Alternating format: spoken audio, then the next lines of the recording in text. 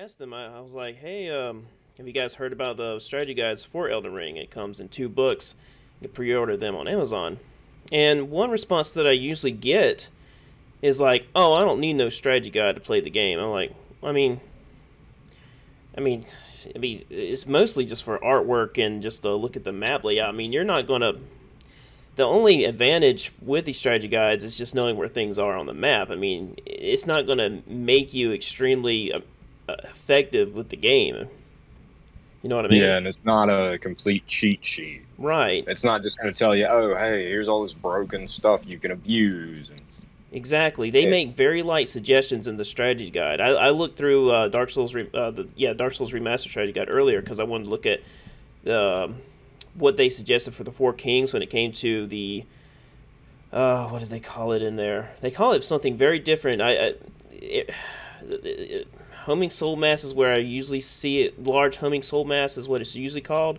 But on the strategy guide, hold on, let me pull up a picture. That way because I took a picture on purpose so I can get the name right.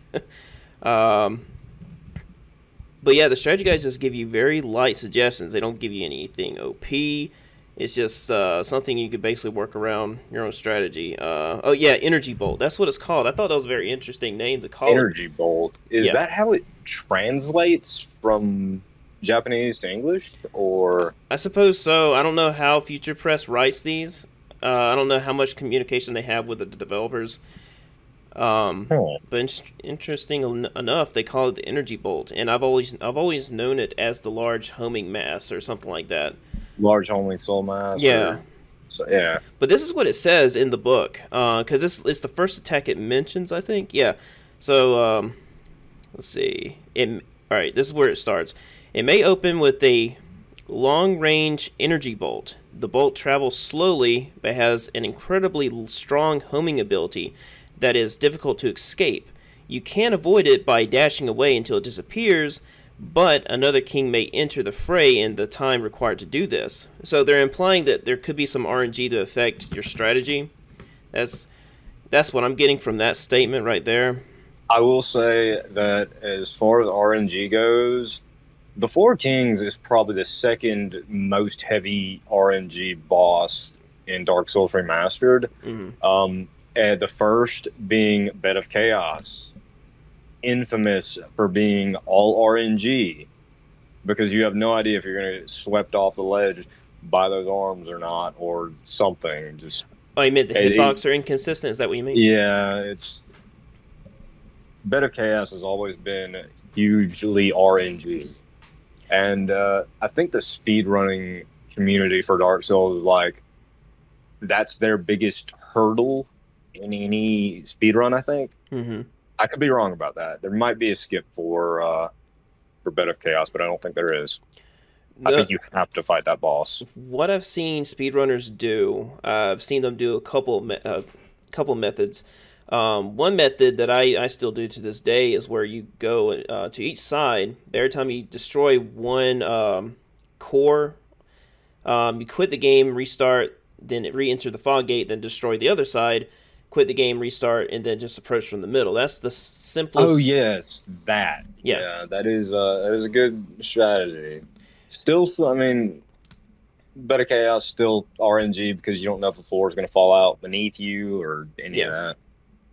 But those arms are very ridiculous. It feels like you're not even close enough for them to impact you. I mean, but another strategy that I've seen is the most recent one that I've seen speedrunners use, and that's using fire bombs, where you just stand in the middle where you're safe, apparently, from what I've seen. You just have to... quotation marks. Huh?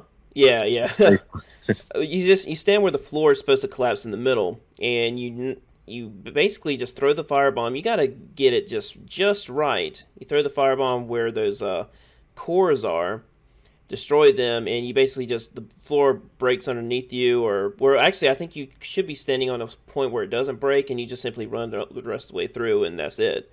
But you really, the thing is, you got to get that window down exactly. So I don't know. I think you got to do it within a certain amount of time, or he uses like the firestorm. I don't know. I didn't look at it too much, but it was definitely a very interesting way to handle it. Pretty sure I've seen someone use like firestorm or chaos firestorm or something to do it. I don't believe I've ever tried that on Bed of Chaos. Hmm. Me, I'm just old tried and true method. I'm gonna go smack it with a stick or a sword or spear or hammer or whatever. um. Well, I meant the bed of chaos using a firestorm attack. That's what I meant. Oh.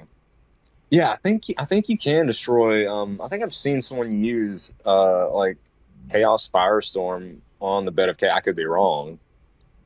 But I think I've seen someone use it on Bed of Chaos to to break both sides and then get the worm, the maggot. Yeah. What is it called? I guess that's the sunlight maggot, isn't it? Uh, I always thought it was that. I thought that was just called the bed of chaos itself. Well, there's like a larva inside Right. that Bed of Chaos. Some kind of larva. I guess it's like the sunlight maggot. I'm not sure. Or Maybe maybe the sunlight you might maggot be might be right. different. I think. Um, I always thought that just the worm itself was called the bed of chaos, but yeah, you're probably right. It probably is the sunlight maggot.